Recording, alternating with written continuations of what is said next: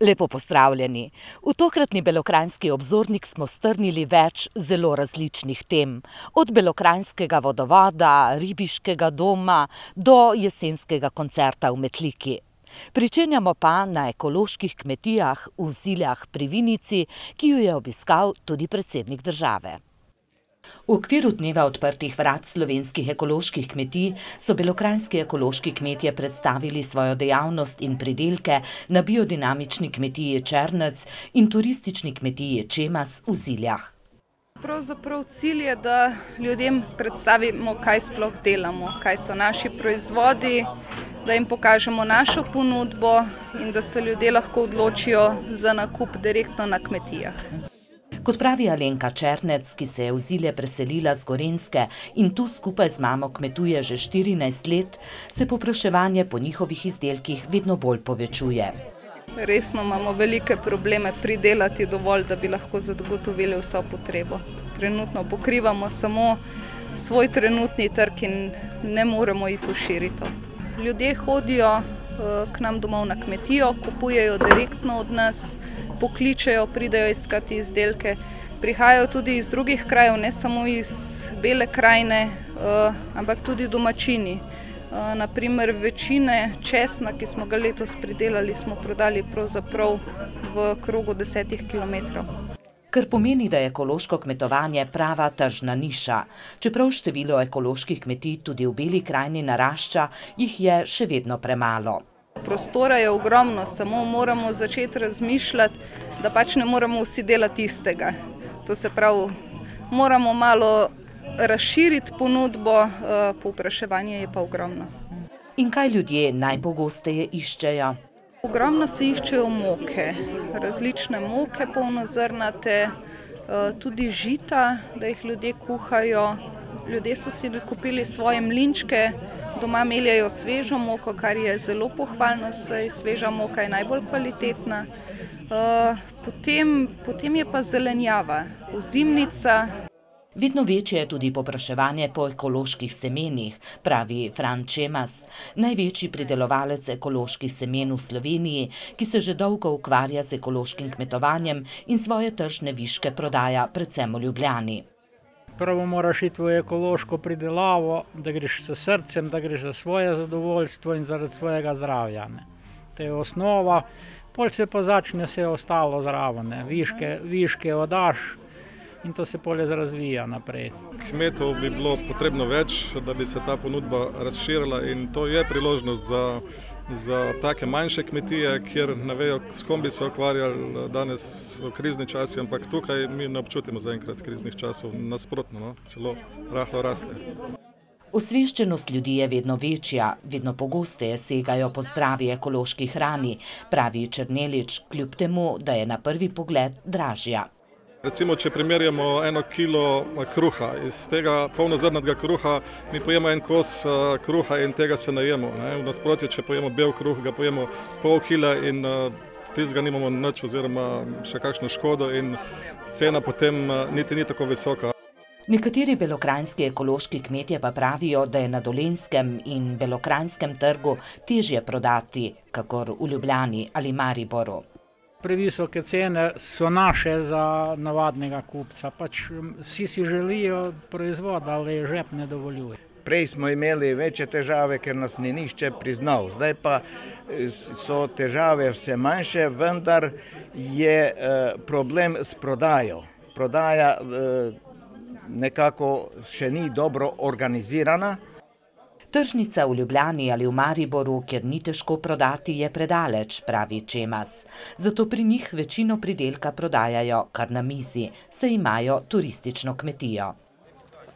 Predsednik države, dr. Danilo Türk, ki se je skupaj s soprogo Barbaro v Beli krajini podal na kar 4 ekološke kmetije, pa je bil ob koncu obiska vidno zadovoljen. Povsod je pridelava uspešna, tudi prodaja je uspešna, tako tista, ki se opravi lokalno, kar na domu, med sosedi in podobno, kot tudi tista, ki je vezana na Slovenijo v celoti in ki se dogaja deloma tudi po internetu. Verjamem, da je v tem zelo lepa prihodnost. Predsednik države si je z zanimanjem ogledal ponudbo belokranjskih ekoloških kmetov. Še posebej so ga zanimala žita, česen, avtohtona belokranjska čebula in tudi kozji sir. Veste, za ljudi, ki so v višji življenjski dobi, ki morajo paziti na prehrano, ki morajo paziti na to, da ni pretirano obremenjena s holesterolom, je ravno taka vrsta prehrane zanimiva. In takih ljudi je zelo veliko. In ti ljudje tudi uporabljajo internet. To je trg. Rad bi poudaril, da poleg ekološke vrednosti in zdravstvene vrednosti imamo tukaj tudi ekonomske možnosti in te bi bilo treba res dobro izkoristiti. Ekoloških kmetij v Sloveniji sicer še ni zadosti. Uradno registriranih jih je 2753, od tega 105 v Beli krajini. A njihovo število iz leta v leto raste, kar je dobro, pravi dr. Türk. Če se hočemo primerjati z državami, ki so nekoliko pred nami, kot je na primer Avstrija, lahko rečemo, tam so imeli mogoče 50 let postopnega, sistematičnega spodbujanja tovrstnega kmetovanja in zato je seveda delež ekoloških kmetij v Avstriji višji.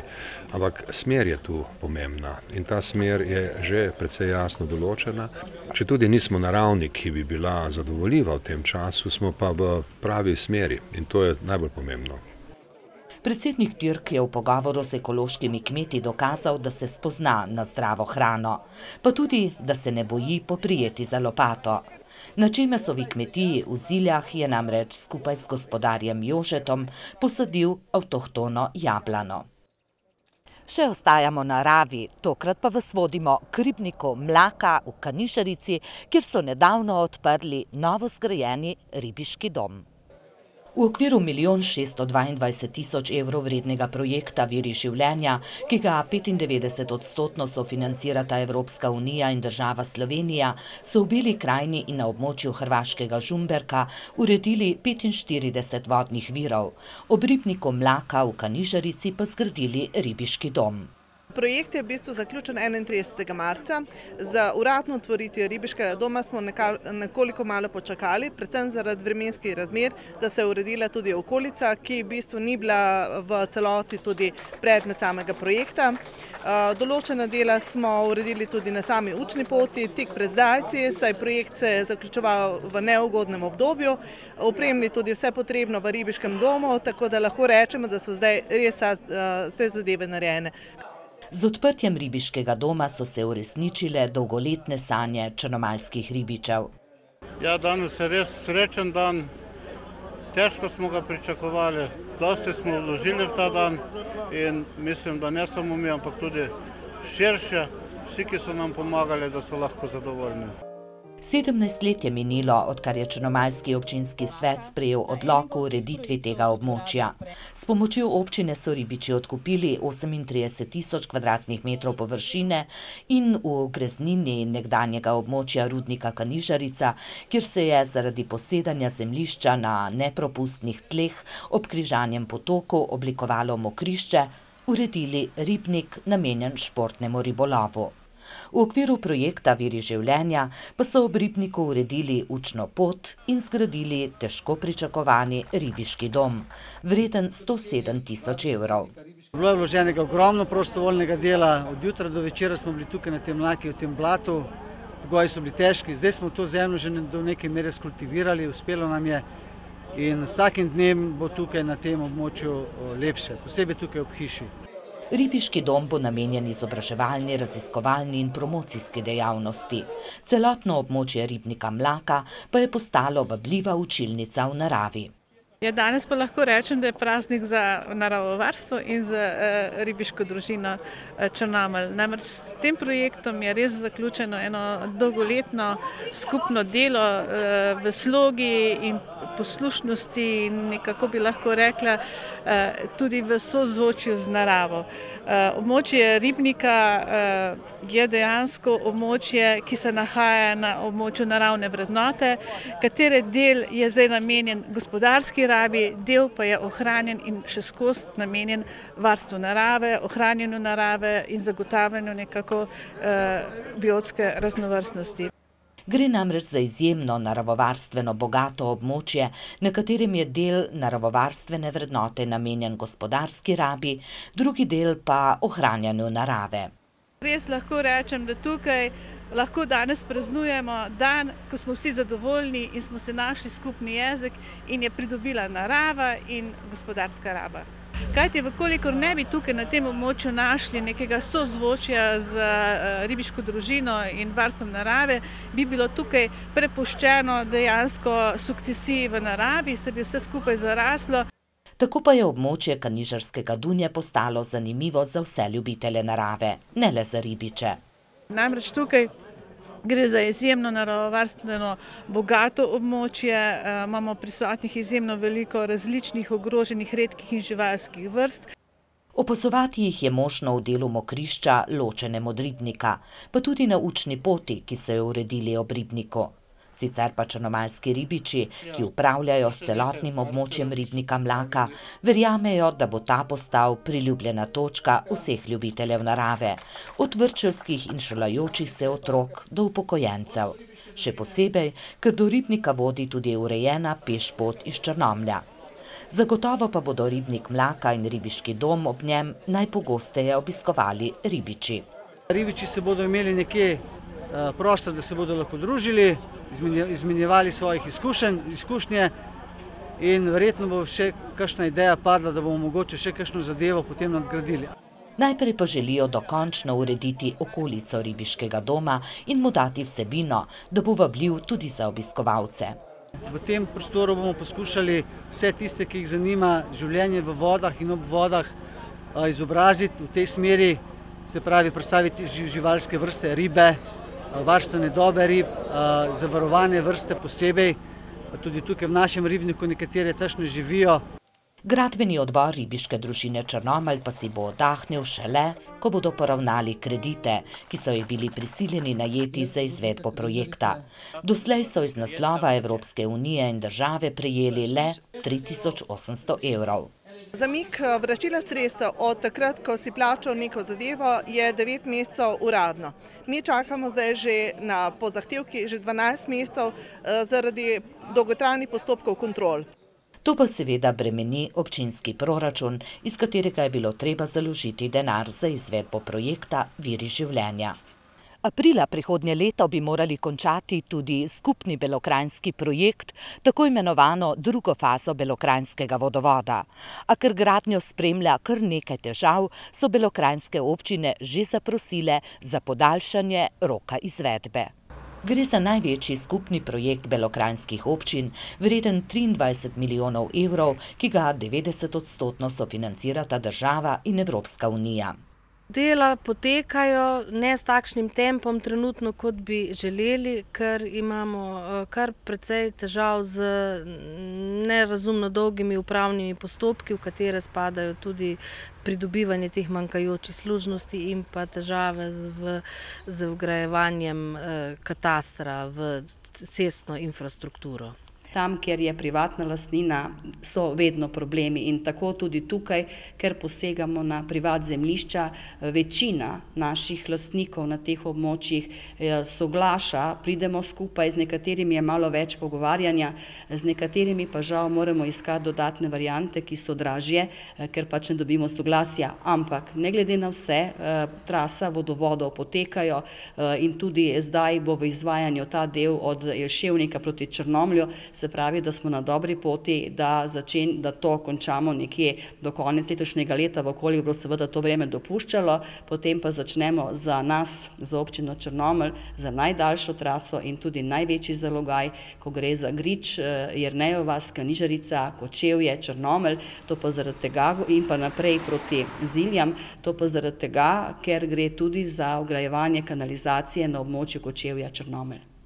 V teh dneh z manjšim zamikom zaključujejo gradbena dela na višinskem vodovodu. Treba je povedati, da gre za višinski del, ker je izredno težaven teren in nekoliko gre za zamikom, ker vemo, ko se prijavlja projekt, kaj je pod zemljo, vemo, vedlo se je, da je kamenje, ampak da je tako težek teren, ni nihče pričakoval, nekoliko zamikov, ampak zadeve bodo končane, tako da primarni vod bo narejen.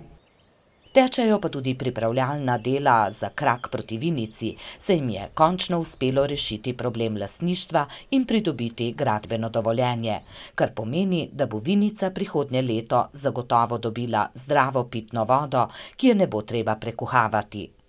Niso pa še uspeli pridobiti gradbenega dovoljenja za dograditev preobremenjene čistilne naprave v Semiču, ki se bo z dograditvijo povečala iz 1500 populacijskih enot na 2500. Kar veliko težav je pri pridobivanju uporabnih dovoljenj, se pravi gradbenih dovoljenj, zaradi tega tudi še nismo pričeli z izgradnjo čistilne naprave, razširitve te čistilne naprave.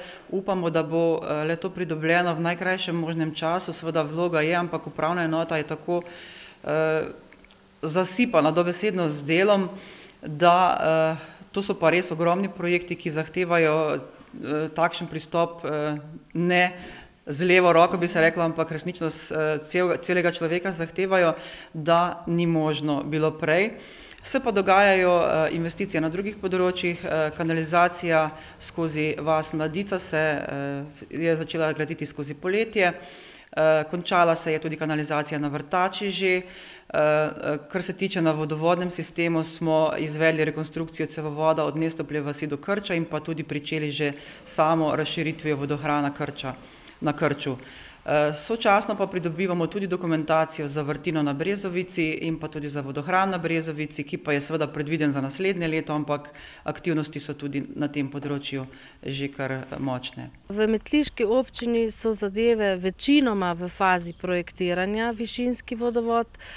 Tam se dela izvajajo na vrtini, ampak imamo ves čas neke težave. Pa projektiranje vinogradniške je v zaključni fazi in tudi kolektorja.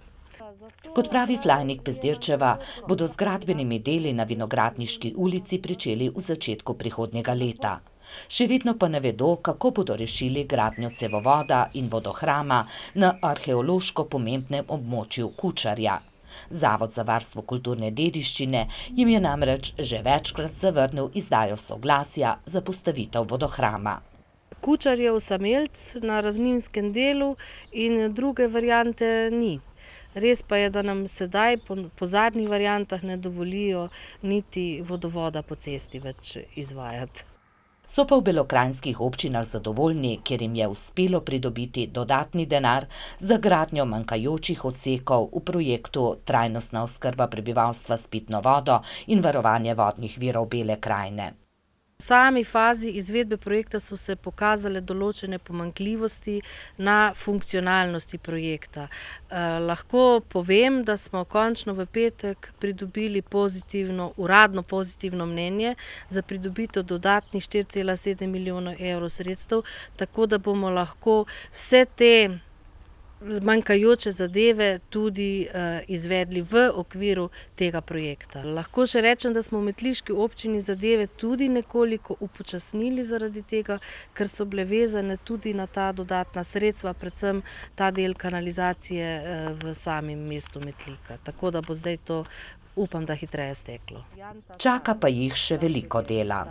Moramo izvesti vse postopke javnega naročanja in potem tudi pridobiti pogodbo o sofinanciranju in začeti tudi samo gradnjo, s tem, da bomo to tudi terminsko podaljšali. Ker gre za nove odseke, bo treba pripraviti tudi projekt in pridobiti nove služnosti, dodaja Flajnik Pezdirčeva. O podaljšanju roka izvedbe celotnega projekta Trajnostna oskrba prebivalstva s pitno vodo in varovanje vodnih virov Bele krajine pa še niso prejeli sklepa. Delno smo se za podaljšanje že dogovorili, sedaj moramo še za ta dodatna sredstva izdelati terminski plan in pa tudi finančni plan same izvedbe in v okviru tega bomo tudi prosili za podaljšanje v celoti. Moramo pa več ali manj gro del narediti v letu 2013 in v prvi polovici 2014. Kar pomeni, da bi bil celotni projekt končan do konca leta 2014. Od uspešnih projektov k veliko manj prijetnim temam. Lahko bi rekli k projektom, ki jih ne bo. Belokranjske občine so se v začetku letošnjega leta z več programi prijavile na javni razpis Ministrstva za kmetijstvo in okolje iz ukrepa Obnova in razvoj vasi. Nedavno pa so razočarani izvedeli, da niso uspeli z nobenim programom.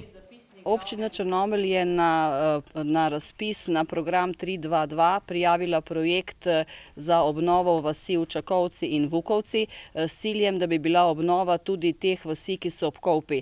Se pravi, da bi tudi ljudje tukaj ostali, ker tudi imamo tukaj nekaj podjetnikov in pa seveda tudi turizma, da bi se to razvijalo. Mi smo prijavili 2 projekta. Eden je bil vodovod na Krašni vrh, veste, da ga pač tisti majhni vasici tam še nimamo. Drugi je bil pa ureditev večnamenskega doma v podzemlju. No, občina Semič je prijavila investicijo v ureditev trškega jedra pred občinsko stavbo in pred cerkvijo, vključno z ureditvijo tudi ceste od doma paraplegikov do križišča za kulturni center. In upali smo resnično na ta sredstva, kajti s to prometno infrastrukturo na noben drug razpis ne moreš iti in tukaj je bila res idealna priložnost. Smo pa zelo razočarani, ker smo bili prekratki za eno samo točko, namreč ni bil upoštevan tista del, ki govori o kulturni dediščini, čeprav se investicija dogaja v jedru, trškem jedru, ki je razglašen za spomenik lokalnega pomena. Uradne informacije, komu so razdelili 6 milijonov evrov, ki so na voljo v okviru tega razpisa, sicer vodstva belokranjskih občin nimajo, neuradno pa so izvedeli, da je v glavnem so dobili projekti strani Pomurja, kar ocenjujemo, da vsekakor ne gre za zadevo, ki bi bila enakopravno obravnavana. To pomeni, da določena področja so imela točke, ki nam niso pripadale. Govorimo predvsem o Posočju in pa Pomurju.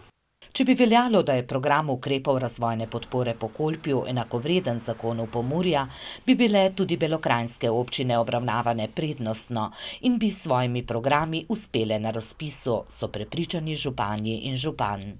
To je bilo obljubljeno, da bo program Pokolpja enakovreden zakonu Pomurja, ampak v praksi je daleč od tega. So samo besede, ki so bile izrečene, realizirane pa ne.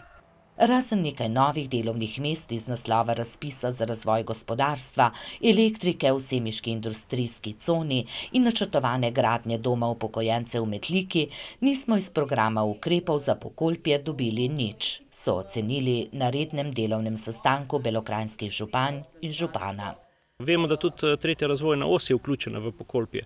Zdaj, kako jo bojo sfinancirali, kje bojo dobili sredstva, pa nam ta trenutek ne more še noben nič povedati. Uradne informacije nimajo niti o tem, kdaj bo objavljen nov razpis iz programa ukrepov razvojne podpore Pokolpju, namenjen razvoju podjetništva. Pričakujejo ga v mesecu novembru. Na voljo bo nekaj manj kot po naših predvidenih 5 milijonov evrov. Lahko rečem, da je zanimanje med podjetniki kar veliko, da že kar nekaj mesecev hodijo k nam spraševati glede tega razpisa. Na prvih 2 razpisih, vrednih nekaj več kot 5 milijonov evrov, so bila belokranjska podjetja pri črpanju sredstev zelo uspešna, pravi Črnič.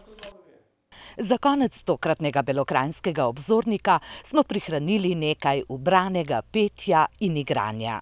Bili smo na jesenskem koncertu v športni dvorani Metliške osnovne šole, ki ga je pripravil Martin Težak, absolutni svetovni prvak v igranju na diatonično harmoniko. Pred 2 letoma, ko je Martin Težak iz slavne vasi zmagal na svetovnem tekmovanju v igranju na diatonično harmoniko, je pripravil odmeven koncert. In ker je bila takratna dvorana prvič v zgodovini metliškega obstoja, tele športne dvorane, nabito polna, sem se odločil, da naredim še enega. Kajti takrat sem ljudem obljubil, da ga bom naredil in zdaj, 2 leti pozneje, smo tukaj, kje smo. Na pričetku 3-urnega koncerta je zbrane pozdravila metliška mestna godba, nato pa je na oder prišel 7-letni Luka in napovedal, da bo Martinu Težaku prevzel koncert. Samozavestno je raztegnil meh harmonike.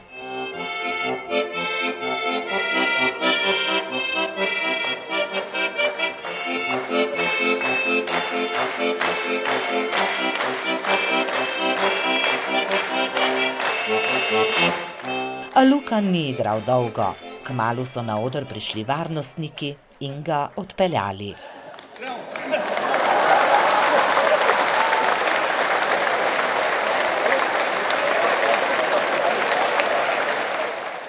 Na oder pa je stopil Martin Težak.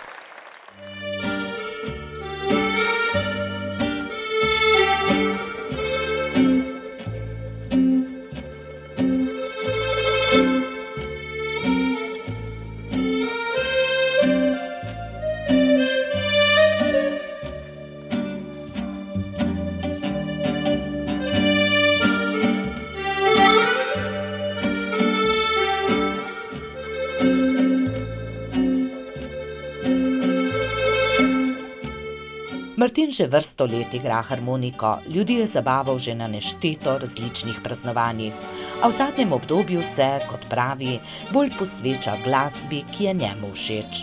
Zdaj se posvečamo bolj etno glasbi in takšnim stvarem, tudi v priredbah drugih, tudi ljudskih, da ne bo pomote, ampak jih želim interpretirati oziroma izvajati na nek poseben svoj način oziroma tako, kot jo jaz vidim. In v glavnem so bile do sedaj vse moje tele skladbe nagrajene, kar pomeni, da mislim, da sem na dobri poti. Veliko časa pa namenja tudi poučevanju harmonike v svoji glasbeni šoli. Interes je čedalje večji, v Sloveniji ta obseg samo narašča in jaz mislim, da tudi prav tako, ker imamo nekaj, kar drugi nimajo in to moramo gojiti in na nas stoji, da to vzgojimo.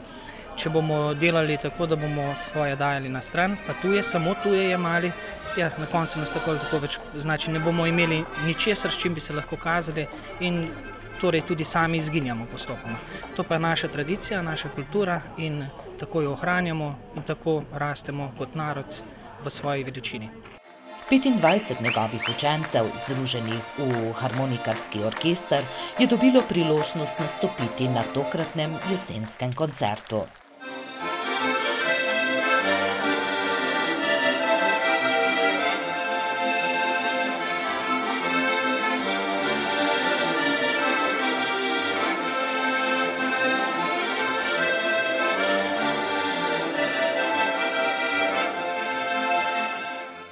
Na koncertu pa ni zvenela le harmonika. Na oder je stopilo več kot 100 nastopajočih, med njimi tudi Sašo Hribar, Fantje z Praprotna in trio Erojka.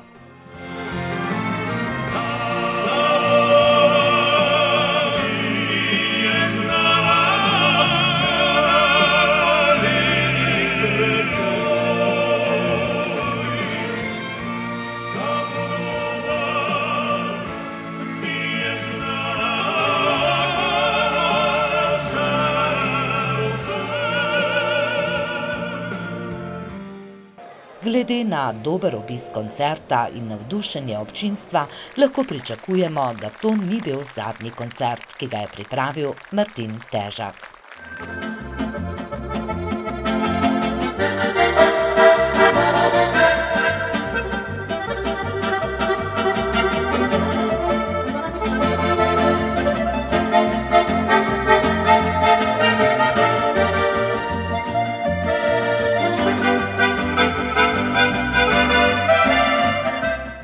Zvoki harmonike smo končali tokratni Belokranjski obzornik. Srečno, do ponovnega snidenja čez 14 dni.